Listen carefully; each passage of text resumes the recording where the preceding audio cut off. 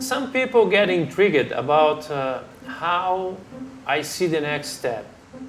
I do not see anything. The nature tells me what to do. What I am an observer. I believe that the farther you want to go, the less things you have to take with yourself. That's what I do. I develop a technology, I profit from it, and then I go to the next one. And we leave that everybody else profit from that. My name is Leontino Balbo Jr. I'm an agronomist and an executive of Balbo Group in Brazil. Balbo Group is composed by 3 sugar mills, 2 in Sao Paulo state and another one in Minas Gerais state. Lots of changes were done until we changed totally the profile of our company and our business. We switched 20,000 of hectares of cane sugar plantation from conventional technology of production into the revitalizing agriculture. So this new type of agriculture presented so very good results that we ended up becoming the biggest supply of organic sugar in the world. We export to 64 countries and now also supplying neutral organic alcohol for cosmetic industry. My grandfather started working to the king of coffee, Mr. Schmidt, in 110 years ago. And he had 12 children, which also worked for the German boss. Since the beginning, they were used to face the soil and farm challenges, which made all things easier for me. So when I arrived here, I started working as an agronomist. So in the second week, I couldn't, accept the cane burning, all those things. So why to burn the cane, to cut by hand, drop it in the soil, to dirty it, and then to take it to the mill where we used to need 4 million liters of water per hour to wash that cane. If we would harvest that cane green, we wouldn't need that much water. Something inside said we should find a cleaner way of producing. And so I proposed then a project called Green Cane Project, aiming to improve the production way, to take the cane to manifest its ecological potential. We are going to lower the environmental impact of the production, while in the same time, we are going to lose the cost of production. It worked so well that this mill was the first to harvest green cane in Brazil, and then our example was followed by 90% of the cane growers in Brazil. Deep transformation, I think, is easier to happen in family business than in other kind of companies. So the next, after green cane harvesting, I decided to abolish the chemical fertilizers. And then I decided to abolish the pesticides. I didn't know how to do, and I was a little confused, and I decided to go inside a forest to relax my mind.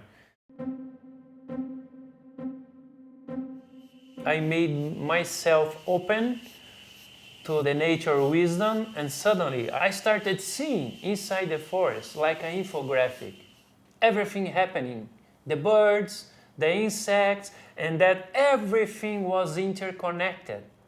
And there was a very sophisticated system of communication. And I realized that all those insects were not attacking any plant inside the forest. But the same insects used to attack the canes. So why? So I started observing what used to happen inside that forest. And one by one, example by example, I learned, I started transferring to the agricultural area. There are lots of useful information in the nature that we can use to create the basis of a new production system, which is less impactant, which is more rational, and more efficient. We can observe that these are totally healthy leaves, and the reason is the focus here. We do not put focus too much on the crop. The focus is in the environment as a whole, in the ecosystem as a whole. The result of that is the ecosystem itself takes care about the crop. We don't fertilize the crop. We feed the soil life. And then they take care about the cane, about its nutrition, its immunologic system, and we don't have one eaten part, one bite, nothing, no disease in our cane, 20,000 hectares. Ecosystem revitalizing agriculture is an agriculture which at the same time provide all conditions for the crop growth with no problems with plagues, diseases, but at the same time providing to the environment the most important environmental services like preserving the water, improving and keeping soil fertility, bringing back the fauna, biodiversity, and absorbing carbon from other activities of the economy. One of the most interesting results of the application of the revitalizing agriculture is the radical change of the soil structure. It was recovered in such good level, high level, that the soils are even reaching a soil fertility class higher than they were before man started disturbing the environment.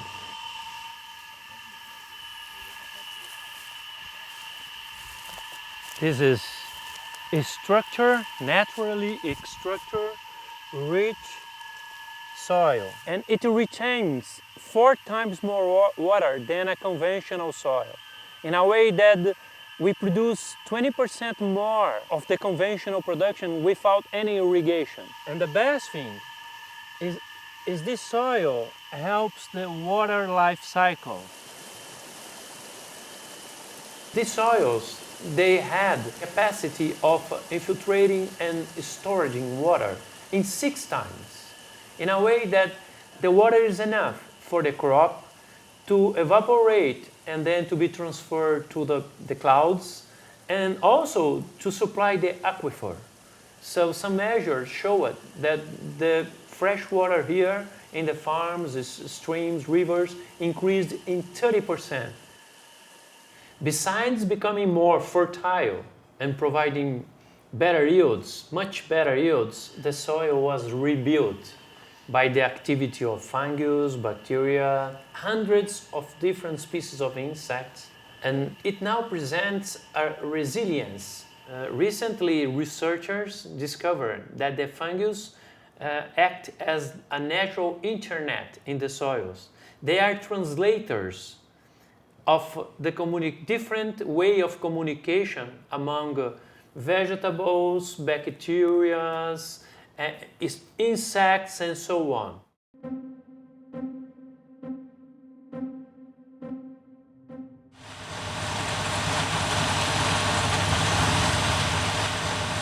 "90% of the machinery didn't fit in what we are doing.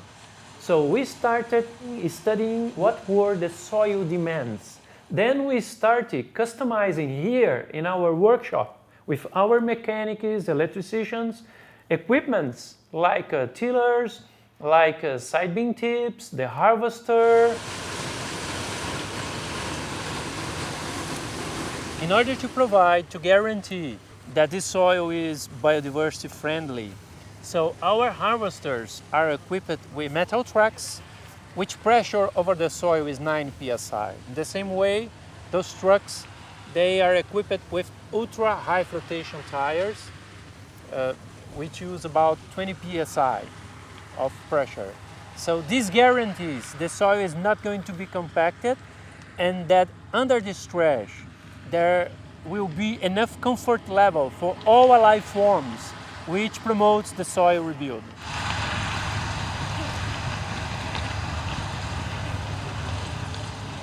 While the machine harvests the cane, it spreads 20 tons of trash over the field, 20 tons of trash per hectare per year. And this trash provides soil comfort for the life forms, which reconstructs the soil. The production model is pretty much closed, circular. We harvest the cane, take the cane to the mill where the cane is processed. Then we have the production of alcohol, sugar, and so on, electricity. And then we take back all the organic waste products. We take back to the field. And we use them to feed the life forms. So in a way that we have a closed cycle and nothing is lost. Here we can see another important stage of the management. We are seeing vinases application. Vinases is a very, very important organic fertilizer. And we use the vinases, which is rich in organic matter, nutrients, to boost the soil life forms activity. So here we integrate sophisticated harvesting technology with natural practices. This is the modern concept of modernity for me, not the opposite. So we don't have to have everything artificial, synthetic, or electronic. Our environment, production environment, became a lot more resilient. The weather has been much more unpredictable compared to what it used to be before. But now we can get more tons of cane per millimeter of rain. So comparing to 30 years ago, we more than doubled. And compared to 10 years ago, this efficiency increased in 15%. One of the main concerns when we started was how are we going to measure the results? And then I went after idoneian institutions like Embrapa, University of Sao Paulo, University of Campinas, and I looked for people specialized in soil fertility, fauna biodiversity, water resources, and atmosphere, CO2 release, and so on. We have lots of publication studies regarding how the soil fertility evolved here, how biodiversity evolved here, and so on. Just as an example, after a whole year of organic production, besides compensating all our releases, we extracted 45,000 tons of CO2 from other activities of the economy. So we are not just carbon neutral, we are carbon sink. We do not analyze water and soil anymore because the ecologists taught me that the best way of really comparing the results is using biological indicators. For instance, we have some insects and some animals here that are extremely demanding in terms of environment comfort.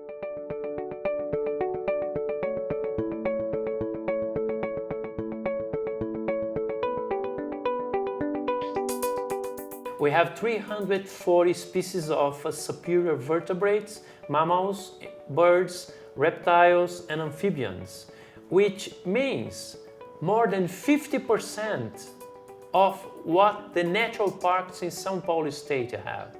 And this is an astonishing news because it's breaking a scientific paradigm that monoculture is bad for biodiversity.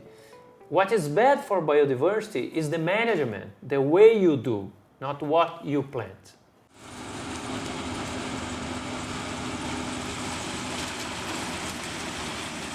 The soil change was not the last thing which happened here, it was the first. But one of the last things was how the soil change and this different agriculture method impacted the business model. Since the first day, 19 years ago, when we started selling our products certified, we never have a loss. So there were profits every year, because the price is constructed over the basis of the sustainability. So in order to give prices, we consider how much costs the social, the environmental, and the economic aspects of this business. This is a total different relationship among all the actors which participate in the value chain, since from the grower until the industrial food manufacturer. Because in conventional food chains, what happens is the gross margin remain 90% of the gross margin with that actor, which keeps the key resource of the food chain. Sometimes it's logistic, sometimes it's the financial, the capital, sometimes is the clients, and so on. But in sustainable food chain or value chain, this margin is more equitably distributed along the chain, because this connection happens.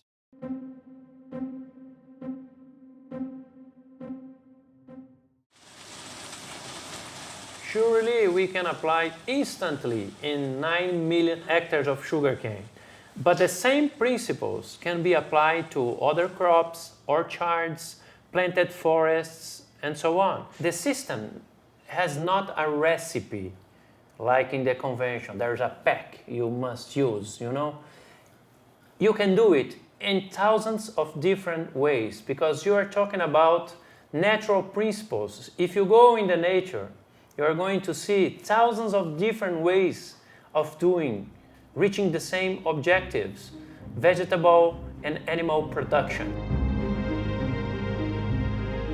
I think the biggest difficulty is not teaching people how to do own operation, the chains and so on. I think that the challenge is how to change people's mind, because the man emancipated himself from the nature rhythms. So we lost a big, important part of ourselves, which is the capacity of perceiving ourselves in the environment. The nature is taking us the lessons we didn't have before. And we must learn very quickly that there is an intelligence coordinating what happens in the nature.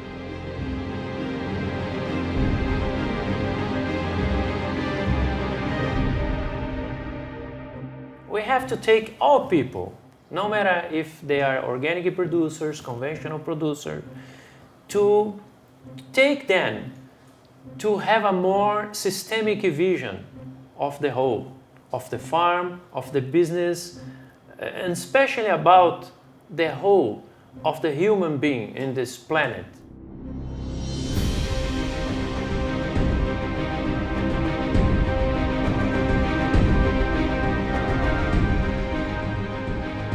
My long-term vision for this production method considers a conscious expansion. So what we did in 20,000 hectares is just the tip of the iceberg. So I foresee that we can, for instance, take back sewage, garbage from the big cities to the agriculture ecosystem. And in the same way we did here, we can feed the life of the soil with all the waste products of the cities, closing the cycle, turning it circular. I foresee a wide range of application, because since it's based on a principle, we can find thousands of different ways of getting the same results.